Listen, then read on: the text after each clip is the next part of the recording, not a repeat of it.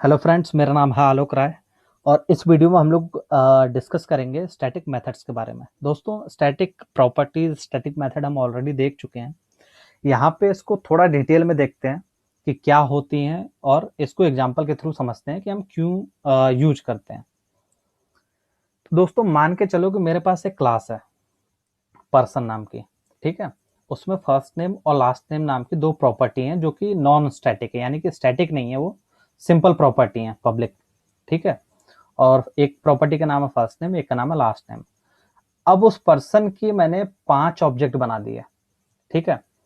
तो 5 ऑब्जेक्ट की हर एक की अपनी अपनी मेमोरी होगी, ये आपको पता होगा। यानी कि एक पहला ऑब्जेक्ट बना, उसने मेमोरी कुछ ली रैम के अंदर, और फर्स्ट नेम लास्ट नेम दो प्रॉपर्टी उसके अंदर डिफाइन हो गई, ठीक है।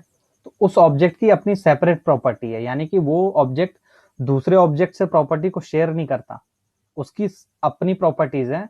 यानी कि मैं पहले ऑब्जेक्ट की प्रॉपर्टी अगर कुछ भी चेंज करूंगा तो दूसरे ऑब्जेक्ट पे उसका कोई भी इफेक्ट नहीं आता है, ठीक है। तो वैसे ही मैंने उस क्लास के अगर 10 ऑब्जेक्ट बनाए पर्सन क्लास के, तो first name last name, first name last name, first name last name, ये 10 ऑब्जेक्ट के लिए अलग अलग होंगे। एक दूसरे से वो प्रॉपर्टीज को शेयर नहीं करते हैं किसी भी केस में। तो सबकी अपनी अपनी मेमोरी होगी, सब इंडिविजुअली खुद की प्रॉपर्टीज को मॉडिफाई कर सकते हैं, ठीक है। ये नहीं हो सकता किसी एक ऑब्जेक्ट की मॉडिफाई की दूसरे की हो गई, ऐसा नहीं होता, क्योंकि सबकी अपनी अपनी मेमोरी है। ये एक केस हो गया। अब दूसरा केस, हमें ऐसा बोल दिया जाता है कि नहीं, आप चाहे 100 ऑब्जेक्ट बनाओ, लेकिन कुछ एक लॉजिक जो मैंने लिखा हुआ है वो बार बार मेमोरी में रिपीट नहीं होना चाहिए। यानी कि कुछ प्रॉपर्टी, कुछ मेथड, आपने लॉजिक ऐसा लिखा हुआ है किसी क्लास के अंदर कि हम ये बोलते हैं कि भाई आप 10 ऑब्जेक्ट बना डालो इस क्लास के, लेकिन उन 10 ऑब्जेक्ट उस सेम लॉजिक को शेयर करें। शेयर करने का मतलब क्या है कि उसका सिर्फ उस एक ही जगह उसकी मेमोरी कहीं पे रखी हो, यानी कि जो भी स्टैटिक मेथड्स हैं उसकी एक जगह पे मेमोरी हो, और 10 ऑब्जेक्ट मिलके वहीं से शेयर करें उस वैल्यू को या उस प्रॉपर्टी या उस लॉजिक को, जो भी आपने लिखा हुआ है। ऐसा नहीं होना चाहिए कि सारे ऑब्जेक्ट की अपनी अपनी वो अपना अपना खुद का लॉजिक हो। मैं ये चाहता हूं कि सारे ऑब्जेक्ट उसी को शेयर करें, जो कॉमन लॉजिक मैंने एक जगह लिखा हुआ है। इससे क्या हुआ, मेरी मेमोरी बच गई। चाहे मैं एक ऑब्जेक्ट बनाऊंगा तब भी उतनी मेमोरी लगेगी, मैं 100,000, 500,000 जितने भी ऑब्जेक्ट बनाऊंगा सबके लिए सेम मेमोरी वही कंज्यूम होगी जो एक ऑब्जेक्ट के लिए होगी, ठीक है। अब इसी को आप स्टैटिक मेथड ये हो गई, एक तो वो हो गया। दूसरा यूज केस ये हो सकता है कि मान लो आपको किसी ने बोल दिया कि एक मेरे पास क्लास है, उसका सिर्फ एक ही ऑब्जेक्ट बनना चाहिए। ये बेसिकली दोस्तों सिंगलटन डिजाइन पैटर्न है। तो उसका एग्जांपल मैं दे रहा हूँ। तो डिजाइन पैटर्न बहुत डिटेल में नहीं जा रहा हूँ, नहीं तो आप कंफ्यूज हो जाओगे, उसको मैं अलग सीरीज में देखूंगा। लेकिन अगर आप सिंपल, किसी ने बोल दिया कि एक क्लास है, उसका आप उसका सिर्फ एक ही ऑब्जेक्ट बने, अब ये कंडीशन आपको दे दी, तो वो भी हम स्टैटिक मेथड्स के थ्रू ही अचीव करते हैं नॉर्मली, और उसको हम बोलते हैं सिंगलटन डिजाइन पैटर्न।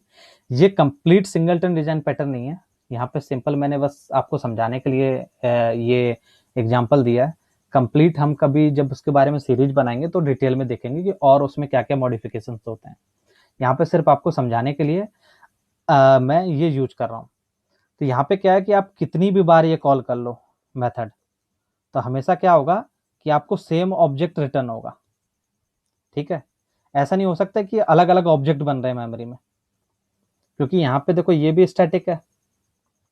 तो हम यहाँ पे चेक करा रहे हैं कि अगर इसकी वैल्यू इनिशियली नल है तो हम ऑब्जेक्ट बना के दे रहे हैं, अदरवाइज जो पहले से ऑब्जेक्ट बना हुआ है उसी को रिटर्न कर रहे हैं।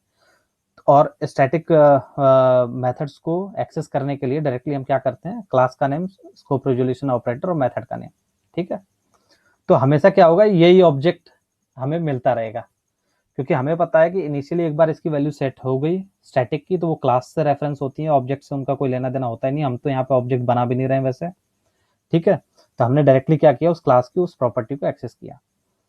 तो ऐसे ही दोस्तों, अगर आप, ये तो मैंने सिंगलटन डिजाइन पैटर्न का एग्जांपल देकर बताया था। उससे पहले जो बताया था वो था कि अगर आपको मल्टीपल ऑब्जेक्ट्स बनाने, यानी कि न्यू कीवर्ड के साथ में अगर इनके ऑब्जेक्ट बनाने, तो वो भी आप बना सकते हैं। लेकिन कुछ लॉजिक है जो ये आप चाहते हो कि सारे ऑब्जेक्ट के लिए कॉमन रहे, वो आप स्टैटिक मेथड के अंदर लिख दो, तो वो क्या होगा, रिपीट नहीं होगा, वो एक जगह पे एक बार उसकी मेमोरी एलोकेट होगी। तो उम्मीद करता हूँ कि ये कॉन्सेप्ट आपको समझ में आया होगा। So thank you very much for watching. Next video में हम लोग अगला क्वेश्चन डिस्कस करेंगे। So thank you.